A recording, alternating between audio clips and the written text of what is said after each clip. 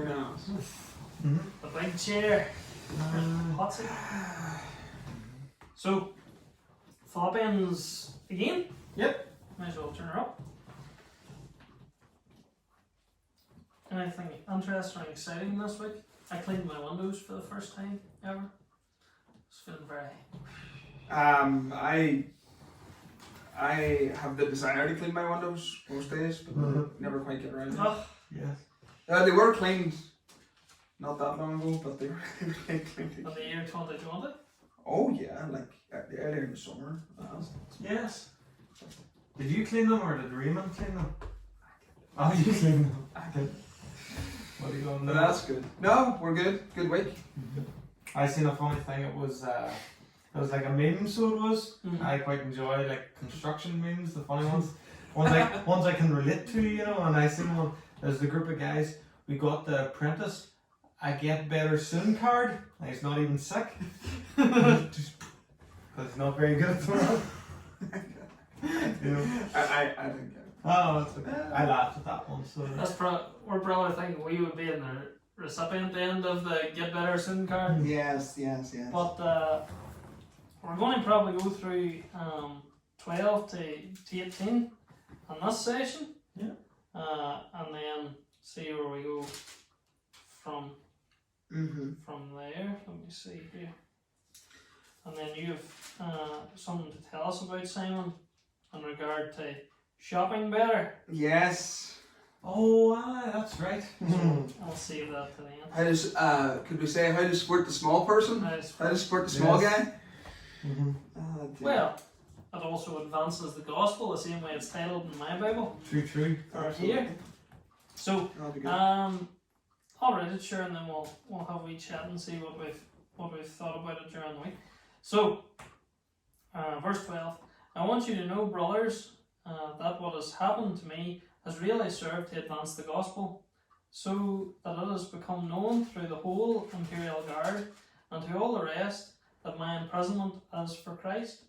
And most of the brothers, having become confident in the Lord by my imprisonment, are much more bold to speak the word without fear.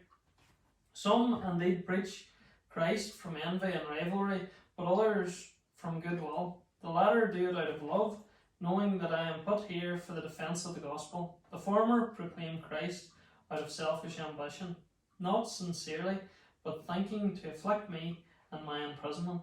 What then? Only that in every way, whether in pretense or in truth, Christ is proclaimed, and in that I rejoice. Amen. Yep. So, again, coming back, Paul's in prison.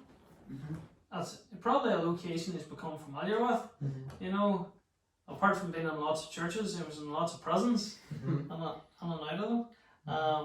And what he's seeing is that the gospel is continually being advanced within like the Gentile church, within outside of Outside of Jerusalem. outside Jerusalem. They probably would have seen Paul as the driving force of the church. Yeah, he was like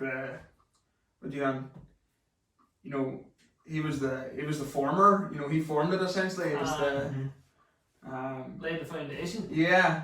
He was he's the moderator. In Presbyterian terms. And I suppose whenever they see him being taken from that position, probably leadership, and probably from the outside looking on him being put into prison, they probably thought, right, we're going to see a slowdown, we're going to see the gospel is going to stall. You know, how could God take a man who's doing something so good and take him off the playing field? And why? Yeah. You know. Yeah, I think that's good. I mean, it shows us too that God can work and does work, you know, irrespective of the circumstances, even when the circumstances are really negative. I think it also actually shows, you know, we were talking, and you and I were talking about earlier there, Gareth, about, you know, Paul didn't want to be seen as the number one guy, and I know we might go to 1 Corinthians to look at that in a wee bit, but he shows great leadership qualities here. You know, we talk because he himself, you know, he was willing to he always led the way. Do you know what I mean? And so he was willing to go to prison. And as these verses are telling us, that emboldened the rest of them. And I think true leadership is willing to take responsibility and willing to take the risks first. It's not just about dictating to people. He led by example, essentially. Which I think is important. Definitely. And the thing is too, as we were saying about Paul, he was sort of the main man to go and preach the gospel to the Gentiles. And his plan was, well, the reason why he wanted to preach so badly in Rome was it was the epicenter at this time.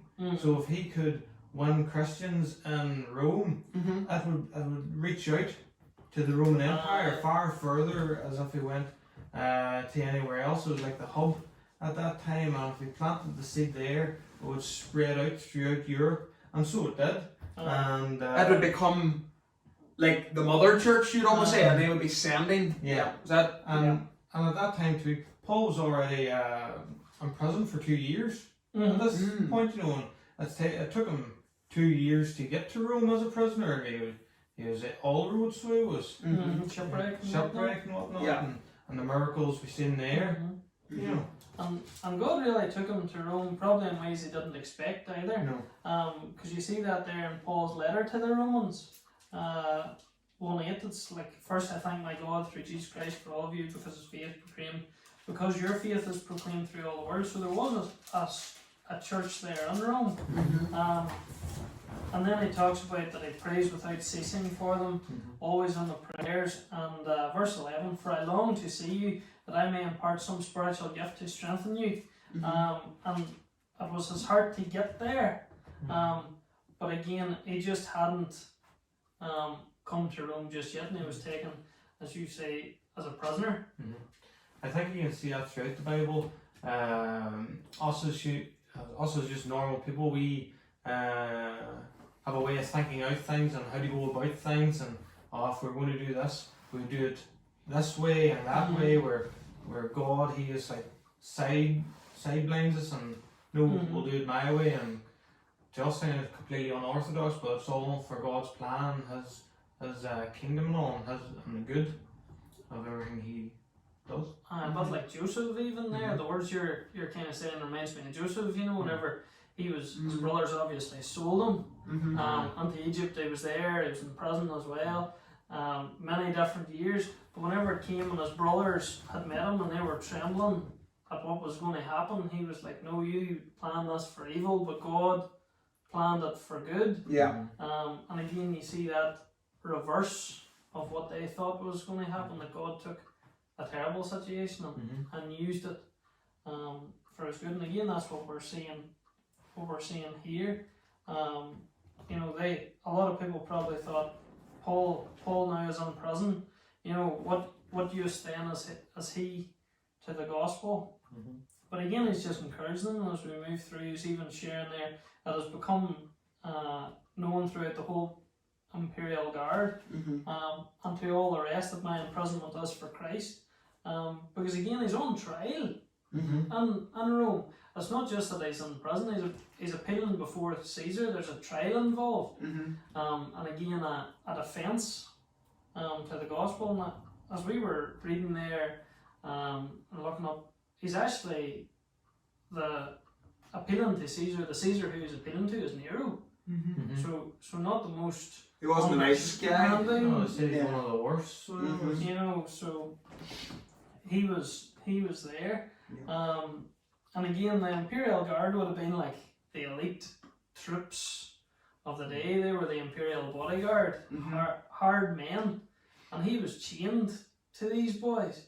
And instead of looking at him being the captive, they were the captive. They were tied to him for whatever their shift was, and then so he's sharing the gospel. He just preached to them. Yeah. You know. I think the thing is too, you know, he's making it clear here that he's in prison for the gospel. There's nothing actually, I think, at a legal level that they can hold it. He's literally in prison because he's preaching the gospel, and it's because of that actually, as he says there, verse 14, most of the brothers, having become confident in the Lord by my imprisonment, are much more bold to speak the word without fear.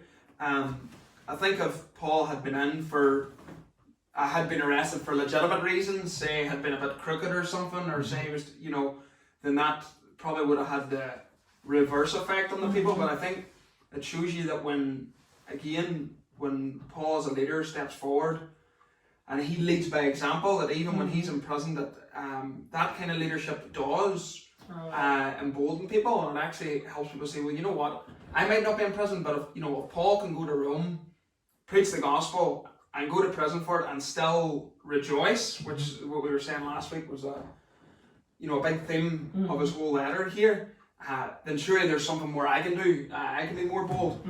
And I don't know about you guys, but I'm sure there are, Christian figure, like Christian men and women that stand out in our lives, that have helped us to be more bold because we've seen maybe something they have done, or we've seen a stand that someone else has taken, and it does encourage you, and it does make you really want to take a more bold stand even in your own faith. Definitely. And sometimes it's the fact that maybe we are too timid, and just as you're saying, that's a different, Paul's looking in the light of his circumstance, that God is in control. He's really just living through it. It made me just think of Romans 8, where you have Romans 8:28, and we know that for all those who love God, all things work together for good, for those who are called according to his purpose. It's not that all things are good, but they work according to God's good purpose. But Paul then really lives on, verse 35, who can separate us from the love of Christ? Shall tribulation or distress or persecution or famine or nakedness or danger or sword?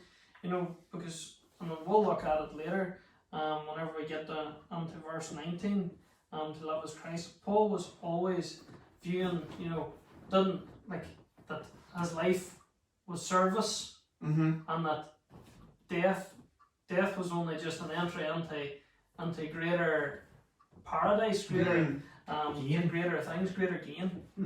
And so he's sitting there and he's like, well, my imprisonment's, that's a good thing.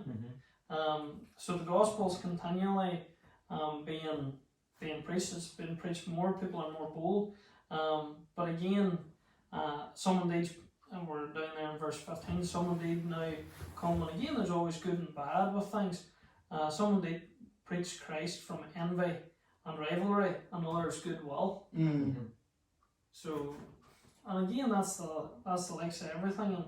And some people, and again, it's yes, the act is important, but God wants to see our motives as well. He wants our motives to be just, and above reproach and holy in our actions. So these folks are coming and maybe looking at, right, Paul's out of the way here. Maybe it's my chance here to be still the limelight. Be the main man now. Yeah, and that just, you can go on there, but I think that's, having read about John MacArthur's commentary, that seems to be what he's implying there, that it was his adversaries, if you will, the people that were preaching out of envy and rivalry, as it's translated here. The rivalry came from the fact that they were jealous of his gifts, and it was and essentially of his. It's success, a bit of a loose term to use in ministry, but clearly God was really using Paul, and that's what was causing them to be jealous, And I think you're right. I think it was for them. It was like, right, Paul's off the scene here now. Chance for me maybe to take the limelight, I'm going to be top dog. And you tend to see that probably from people. It's like, right, as soon as he's out of the way, I can be the next big one. And even on our own minds, it's that old pride. Absolutely. How can I push? Pride's just the worship of I and self. It's just pushing how can I push myself forward? How can I get people to think, well of me? Like, in their case, it's, well, they preach better. They preach more interesting than Paul. God's using him more, and that's where they're thinking. But Paul was, I always think there in Paul, and kind of coming from what you said, Paul was a good leader. Paul had a succession plan Paul never thought that the church would end with him. You know, obviously he knew that God was going to take it forward beyond him, but he was setting up people like Sir Timothy and Titus, you know, who partnered with him, setting Titus as eldership, and the same with Timothy and Ephesus, I think he was in, or one of those. And you know, he's seen the church going forward, and these people were more just, again, focusing on themselves. They were in it for their own glory, whereas Paul Paul understood that the gospel and the spread of the gospel, it's always going to be bigger than any one man. And I think for any person, for anybody in leadership, for any organisation within the Christian sphere, they do understand that no matter how good any leadership is or how good of individuals that you have,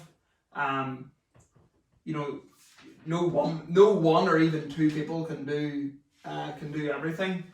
You need, you know, God's church as a body, and rightly so, and that's important. I think just to note that as well, that there was people. Sometimes you can focus on the people that were rivalry, but I mean, he does also say there, but others preach from goodwill, and the latter do it out of love, knowing that I am put here for the defence of the gospel. So there was clearly people who were content with the fact that Paul was gifted, and they were just like him. They were just delighted to see that the gospel's going forth. People are getting, you know, becoming Christians, following Jesus, and that's a great thing. As you're saying there, yeah, you can focus more on the negative. But even preceding these verses there in verse 14, it's like most of the brothers having become confident. You know, this is again like everything. The negative is always a small aspect, a bit like a thorn. You know, it's a small thing. It creates a bigger problem, but really, it's only a small element that exists. You know, and as you said there, even just coming back to it, in 1 Corinthians 3. Paul comes to the idea of favourites. You know, when one says, I follow Paul, and another says, I follow Apollos, are you not merely being human? We're naturally human to favour maybe, say, a different preacher, a different leader, in one way or another. The same way some people some people love a minister. They think he's spot on, and other people can't have him, and they just don't jail. But really, what Paul keeps coming back to, and that's where he is, and what then is Apollos? What is Paul? Servants through whom you believe, as the Lord assigned to each. I planted, Apollos watered, but it was God who gives the growth. So neither he who plants nor he who waters is anything, but only that God gives the growth. He's pointing back, you know, the person preaching isn't as important. Same way us here will each have different personalities and different takes on things, but the important thing of us sitting down is what we're discussing. You know, it's the word. Yeah, I think I had read too on Desiring God, John. I think it was an article with John Piper, and he had talked about that and rivalry. And I think what you've just read there in Corinthians, I think what we can take from this portion in Philippians is that Paul was more, his biggest passion was that the message was right, that his presenting, that as the gospel was going forth, that it was the clear and it was the true gospel message. Because I think it's in Galatians where he criticizes people who obviously preach a different gospel. Now, and John Piper notes that even here, you know, the reason why Paul's able to rejoice over these guys that are, you know, envious and are rising, you know, are his rivals, is that it's not implied here that they are preaching a different gospel. They're still presenting Jesus as the only way and preaching the whole counsel of God and all these things. They were doing it out of wrong motives, but the message was correct. And I think even on that Corinthians passage, and when we think about pastors, we might not like everything about certain people on a personality level, but I think the key question you were asking is, you know, are they passionate about the true gospel? Are they presenting it accurately? And then are we, as people, are we sowing? Are we open? Are we watering that seed? Sorry, are we watering that? Because ultimately, God will bring the increase. It's not actually about our gifts and our abilities, but God brings and you increase. do that so often in churches too. You know, it's like, that church there is down hill since this minister's come, or Mhm, you know, mhm. that minister there, I just, you know, there's too many stories or something, but really they're talking about small facets, and Mhm. really should we come back to, as you say, as they preaching, are they preaching the gospel? You know, because if they are, well, maybe we need to get on board more and support Mhm. that man. Yeah. Looking past the things that maybe annoy us, Yeah. but focusing on the message. Mhm. And it's quite funny. I remember I heard saying, and her granda come in and says, "See that minister, he's on this and he's that there, and this, and he's all down about him and only down about him, and he's no good and he's rubbish." And then she turned around and said, "Well, it fit you better to pray for him and think about ways to support him instead of running him down and saying he's this and that, you know." Mhm. Yeah. Definitely, because sometimes it's easy just to, oh, he needs to fix himself. Whereas Yeah. maybe, you know, God has gifted him in a particular way. It doesn't gel with us, Mm-hmm. but It gels with someone. it gels with somebody. Yeah. And as you saying, and what Paul's saying there, whether in pretense or truth, Christ is proclaimed, and in that I will rejoice. Yeah. You know, that's Great perspective again, though, isn't it? You know, for Paul to go, Yeah. well, uh, fine. You know, you think you're getting personal gain out of this, but the gospel's going forth. I think that's you know, it's good perspective for all of us too, because as you say, we can have those biases and maybe we don't like certain things with certain people, but getting back to what are they preaching, and you know, and are they being faithful, and you know, praying that God takes that and uses them. But I think God also conditioned Paul for this, because at the start, I can't remember where it says, but it says, must have been Peter and Paul weren't gelling too well, and Peter didn't like Paul too much, but he says, I'm the greatest of the disciples, because look where I come from, yous weren't so bad to begin with before you got saved, but I persecuted, I chased after you, I locked you up. What God did in my life is nearly greater than what he did in yours, but then as time went on, he said, it says somewhere else that I'm only an average disciple, and then when it comes to the end, he says, I'm the lowest of disciples. You know, he didn't hold himself on that pedestal anymore, you know. And for him to be not annoyed at, you know, other preachers trying to get up there or whatever, he's like, well, fair play, you know, do whatever you want to do, but as long as the gospel's preached, there's no odds to me anymore. You know, as long as God's word's proclaimed. It just shows a maturity. Even, I know it's taking the Pharisees as an example, but whenever it's coming to the stone of the adulterous woman, and Jesus says, well, he who is without sin, let him cast the first stone. And they start to drift away, starting from the oldest, then down to the youngest, because the maturity of the older Pharisees realise, well, you know, I am sinful. Yeah. You know, they did see the sin in their life, they just didn't see the solution. But just even to wind this portion up, and we'll come to the next one in our next video for it. But you've got some Simon or check out portion, which is quite interesting. Yes. Yeah. So hopefully Gareth will hopefully seeing a lovely overlay here. Somewhere up there. Yeah, somewhere. So yeah, obviously, I've discovered over lockdown. Certainly, my wife has discovered that Amazon come in very handy, so they do over lockdown. But I'm sure many of you that are watching this are familiar with Amazon.co.uk. But there's a really unique way that you can help support a charity of your choice. I will obviously plug CF Ireland and CF Britain. So if you just type in Child Evangelist, but I'll get to that. How you get there is just go www.amazon.co.uk, just to normalize it, and then put / smile, couldn't think of that, yes, / smile. And if you just go through, once you hit that, it'll take you and it'll ask you to log into your Amazon account, so just do that as normal. And then it's fairly self-explanatory. It comes up, you can search for your charity. So again, I encourage you to type in Child Evangelism Fellowship Ireland or Child Evangelism Fellowship Britain. Then you click on that, and you can save on it. I'm sure most of these are techie. There's a way you can save that. So that's the Amazon website that loads every time. And essentially what it does is that it gives I think it's 1% or just underneath of every Amazon purchase goes to that charity that you've supported. which is obviously a small amount, but if we all just decided to put that as our home Amazon page, and every time we bought something, I'm sure it would add up to something significant at the end of the year. So amazon.co.uk/smile, and as I say, the rest should be self-explanatory. So Super. Very good.